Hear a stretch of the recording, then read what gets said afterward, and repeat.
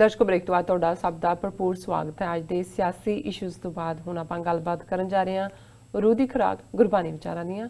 ਸੋ ਅਸੀਂ ਚਾਹਾਂਗੇ ਕਿ ਤੁਸੀਂ ਸਾਡੇ ਨਾਲ ਇਸੇ ਤਰ੍ਹਾਂ ਹੀ ਜੁੜੇ ਰਹਿਣਾ। Thank you so much. ਜੀ ਡਾਕਟਰ ਸਾਹਿਬ ਕੀ ਕਹਿਣਾ ਚਾਹੋਗੇ?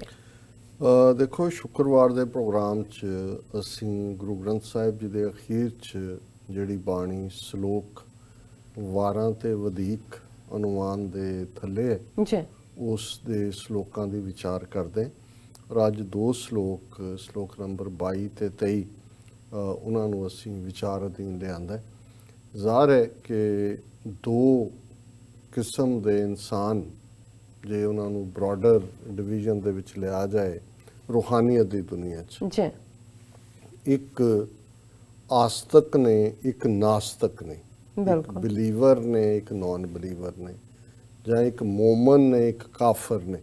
ਬਹੁਤ ਵਾਰ ਕਾਫਰ ਲਫ਼ਜ਼ ਨੂੰ ਡਿਫਰੈਂਟਲੀ ਇੰਟਰਪ੍ਰੇਟ ਕੀਤਾ ਜਾਂਦਾ ਹੈ, ਲੇਕਿਨ ਮੋਮਨ ਔਰ ਕਾਫਰ ਨੂੰ ਜੇ ਸਾਦਾ 'ਚ ਕਹਿਣਾ ਹੋਏ ਤਾਂ ਈਮਾਨ ਤੇ ਬੇਈਮਾਨ, ਇਹੀ ਉਹਦੀ ਡੈਫੀਨੇਸ਼ਨ ਹੈ ਕਿ ਵੀ ਇੱਕ ਈਮਾਨ, ਫੇਥ, ਦੀਨ, ਜਿਸ ਨੂੰ ਗੁਰੂ ਸਾਹਿਬ ਨੇ ਵੀ 10ਵੇਂ ਪਾਤਸ਼ਾਹ ਦੇ ਵਾਕ ਨੇ, ਦੀਨ ਨਾਹੀਂ ਯਕੀਨ ਨਾਹੀਂ, ਕਿ ਜਿਹਦਾ ਕੋਈ ਦੀਨ ਨਹੀਂ ਹੈ, ਜਾਂ ਸਾਡੇ ਪੰਜਾਬੀ 'ਚ ਵੀ ਕਹਿਣਾ ਉਹਦਾ ਕੀ ਕਹਿਣਾ ਜਦੋਂ ਤਾਂ ਕੋਈ ਦੀਨ ਮਜ਼ਹਬ ਨਹੀਂ ਹੈ, ਅਸੀਂ ਮਜ਼ਹਬ ਵੀ ਨਾਲ ਲਾ ਦਿੰਦੇ। ਸੋ ਦੀਨ ਦਾ ਮਤਲਬ ਫੇਥ ਹੈ ਕਿ ਵੀ ਜਿਹਦਾ ਕੋਈ ਫੇਥ ਨਹੀਂ ਹੈ ਉਸ 'ਤੇ ਯਕੀਨ ਨਹੀਂ ਕੀਤਾ ਜਾ ਸਕਦਾ। ਜਾਂ ਦੀਨ ਔਰ ਦੁਨੀਆ, ਇਸ ਕੰਟੈਕਸਟ ਕਬੀਰ ਸਾਹਿਬ ਦਾ ਇੱਕ ਸ਼ਲੋਕ ਅਸੀਂ ਕੋਟ ਕਰਦੇ ਹਾਂ ਕਿ ਦੀਨ ਗਵਾਇਆ ਦੁਨੀ ਸਿਉ, ਦੁਨੀ ਨ ਚਾਲੀ ਸਾਥ, ਪਾਏ ਕੁਹਾੜਾ ਮਾਰਿਆ ਗਾਫਲ ਆਪਣੇ ਹੱਥ। ਦੀਨ ਗਵਾਇਆ ਦੁਨੀ ਸਿਉ, ਕਿ ਦੁਨੀਆ ਦੀ ਖਾਤਰ, ਵਰਲਡਲੀ ਜ਼ਿੰਦਗੀ ਦੀ ਖਾਤਰ, ਆਪਣੇ ਬੱਚਿਆਂ, ਭਰਾਵਾਂ, ਭੈਣਾਂ, ਕੁਨਬਾ, ਕਬੀਲੇ ਦੀ ਖਾਤਰ ਮੈਂ ਆਪਣੇ ਦੀਨ ਨੂੰ ਗਵਾਇਆ। ਝੂਠ ਵੀ ਬੋਲਿਆ, ਕੂੜ ਵੀ ਬੋਲਿਆ, ਧੋਖਾ ਵੀ ਕੀਤਾ, ਫਰਾਡ ਵੀ ਕੀਤਾ। ਜਿਹੜਾ ਮੇਰੀ ਕਮਾਈ ਨਹੀਂ ਸੀ, ਰਿਜ਼ਕੇ ਹਲਾਲ ਨਹੀਂ ਸੀ, ਹੱਕ ਹਲਾਲ, ਉਹ ਵੀ ਮੈਂ ਜਿਹੜੀ ਹੈ ਲਿਆਂਦਾ ਪੈਸਾ ਘਰ। ਦੀਨ ਗਵਾਇਆ ਦੁਨੀ ਸਿਉ, ਦੁਨੀ ਨਾ ਚਾਲੀ ਸਾਥ। ਪਰ ਅਲਟੀਮੇਟਲੀ ਜਦੋਂ ਮੈਂ ਦੁਨੀਆ ਤੋਂ ਰੁਖਸਤ ਹੋ ਰਿਹਾ, ਦੁਨੀਆ ਤਾਂ ਨਾਲ ਨਹੀਂ ਹੈ। ਪਾਏ ਕੁਹਾੜਾ ਮਾਰਿਆ ਗਾਫਲ ਆਪਣੇ ਹੱਥ। ਗਾਫਲ ਕਹਿੰਦੇ ਸੁੱਤੇ, ਕਿਉਂ ਇਹ ਸੁੱਤਿਆ ਬੰਦੇ ਹੈ, ਤੂੰ ਦੀਨ ਗਵਾ ਦਿੱਤਾ ਦੁਨੀਆ ਦੇ ਲਈ, ਤੂੰ ਤਾਂ ਆਪਣੇ ਪੈਰਾਂ ਤੇ ਆਪ ਕੁਹਾੜੀ ਮਾਰੀ। ਔਰ ਇਹੀ ਜਿਹੜੇ ਦੋਨੋਂ ਸ਼ਲੋਕ ਨੇ ਇਸ ਪਾਸੇ ਵੱਲ ਇਸ਼ਾਰਾ ਕਰਦੇ ਨੇ। ਇੱਕ ਦੀਨਦਾਰ ਨੇ, ਇੱਕ ਦੁਨੀਆਦਾਰ ਨੇ। ਇੱਕ ਉਹ ਨੇ ਜਿਨ੍ਹਾਂ ਨੇ ਰੱਬ ਦੇ ਅੱਗੇ ਆਪਾ ਰੱਖ ਕੇ ਰੱਬ ਦੇ ਹੁਕਮ ਦੇ ਵਿੱਚ ਸ਼ੁਕਰ 'ਚ ਰਹਿ ਕੇ ਜ਼ਿੰਦਗੀ ਗੁਜ਼ਾਰਨੀ ਹੈ।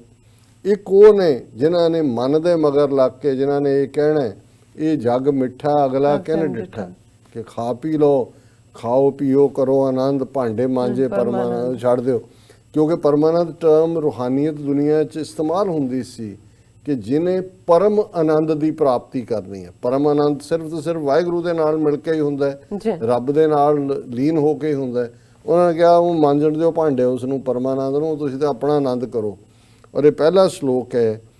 ਇਹ ਗੁਰਮੁਖ ਜਿਹੜੇ ਰੱਬ ਦੇ ਰਸਤੇ 'ਤੇ ਤੁਰੇ ਹੋਏ, ਜਿਹੜੇ ਦੀਨਦਾਰ ਨੇ, ਉਹਨਾਂ ਦਾ, ਜਿਨ੍ਹਾਂ ਇੱਕ ਮਨ ਇੱਕ ਚਿੱਤ ਧਿਆਇਆ, ਸਤਿਗੁਰ ਸੋ ਚਿਤ ਲਾਏ, ਤਿੰਨ ਕੀ ਦੁੱਖ ਭੁੱਖ ਹਉਮੈ ਵੱਡਾ ਰੋਗ ਗਿਆ, ਨਿਰਦੋਖ ਭਏ ਲਿਵ ਲਾਏ, ਗੁਣ ਗਾਵਹਿ ਗੁਣ ਉਚਰਹਿ, ਗੁਣ ਮੈਂ ਸਵੈ ਸਮਾਏ, ਨਾਨਕ ਗੁਰ ਪੂਰੇ ਤੇ ਪਾਇਆ, ਸਹਿਜ ਮਿਲਿਆ ਪ੍ਰਭ ਆਏ।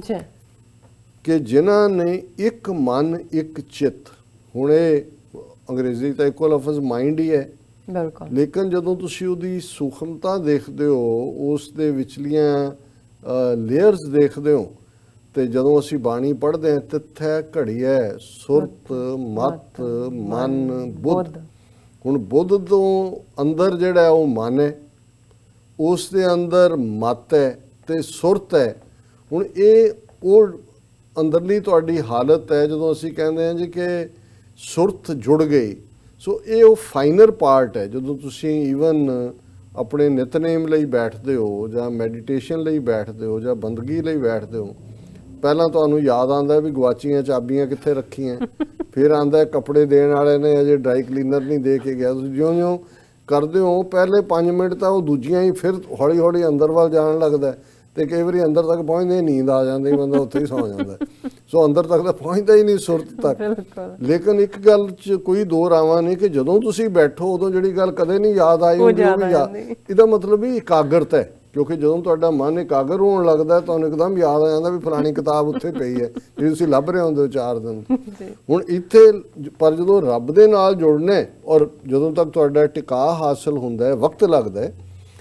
ਜਿਨ੍ਹਾਂ ਇੱਕ ਮਨ ਇੱਕ ਚਿੱਤ ਧਿਆਇਆ, ਧਿਆਨ ਦੇ ਵਿੱਚ, ਮੈਡੀਟੇਸ਼ਨ ਦੇ ਵਿੱਚ ਤੁਹਾਡੇ ਅੰਦਰ ਜਦੋਂ ਇੱਕ ਮਨ ਇੱਕ ਚਿੱਤ ਹੋ ਕੇ ਤੁਸੀਂ ਰੱਬ ਨਾਲ ਜੁੜਦੇ ਹੋ, ਸਤਿਗੁਰ ਸੋ ਚਿੱਤ ਲਾਏ ਤਿੰਨ ਕੀ ਦੁੱਖ ਭੁੱਖ ਹਉਮੈ ਵੱਡਾ ਰੋਗ ਗਿਆ ਨਿਰਦੋਖ ਪੈ ਲਿਵਲਾਏ।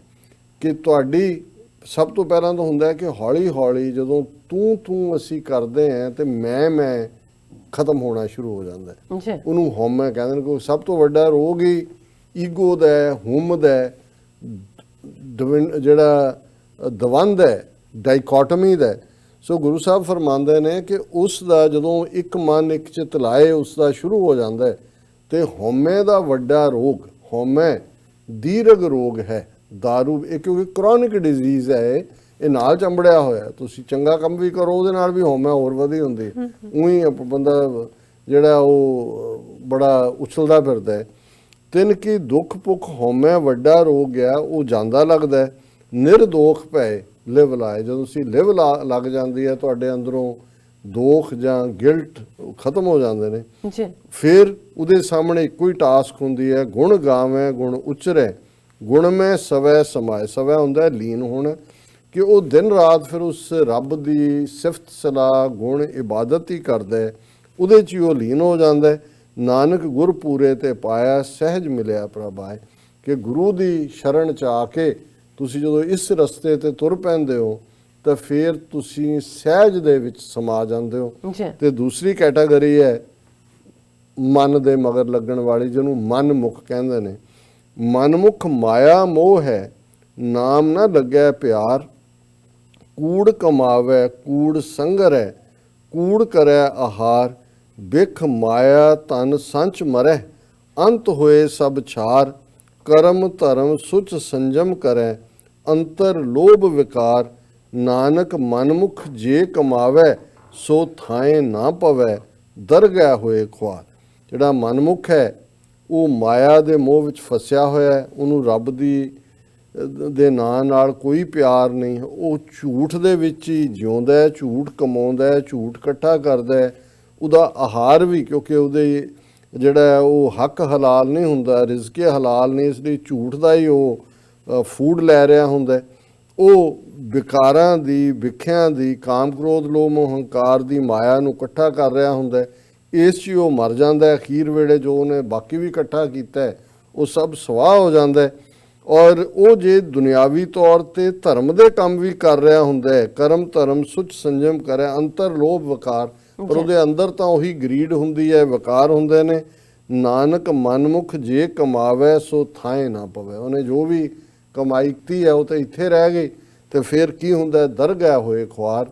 ਰੱਬ ਦੀ ਦਰਗਾਹ ਦੇ ਵਿੱਚ ਇਸ ਕਿਸਮ ਦੇ ਇਨਸਾਨ ਜਿਨ੍ਹਾਂ 'ਚੋਂ ਅਸੀਂ ਬਹੁਤ ਸਾਰੇ ਹਾਂ, ਉਹਨਾਂ ਦੇ ਪੱਲੇ ਖੁਆਰੀ ਪੈਂਦੀ ਹੈ। ਤੇ ਦੂਸਰੇ ਪਾਸੇ ਜਿਹੜੇ ਗੁਰਮੁਖ ਨੇ ਉਹਨਾਂ ਦੇ ਲਈ ਤਾਂ ਗੁਰੂ ਸਾਹਿਬ ਨੇ ਫਰਮਾਇਆ ਕਿ ਨਾਨਕ ਤੇ ਮੁਖ ਉਜਲੇ ਕੀਤੀ ਛੁੱਟੀ ਨਾਲ। ਵੀ ਉਹਨਾਂ ਦੇ ਮੁਖ ਤਾਂ ਉਜਲ ਨੇ ਜਿਨੀ ਨਾਮ ਤੇ ਆਇਆ, ਔਰ ਨਾਲ ਦੀ ਨਾਲ ਕਿੰਨੇ ਹੀ ਉਹਨਾਂ ਦੀ ਬਦੌਲਤ ਹੋਰ ਵੀ ਆਜ਼ਾਦ ਹੁੰਦੇ ਨੇ। ਸੋ ਇਹ ਅੱਜ ਦਾ ਵਿਚਾਰ ਹੈ ਜੀ। ਡਾਕਟਰ ਸਾਹਿਬ ਤੁਹਾਡਾ ਬਹੁਤ ਬਹੁਤ ਸ਼ੁਕਰੀਆ।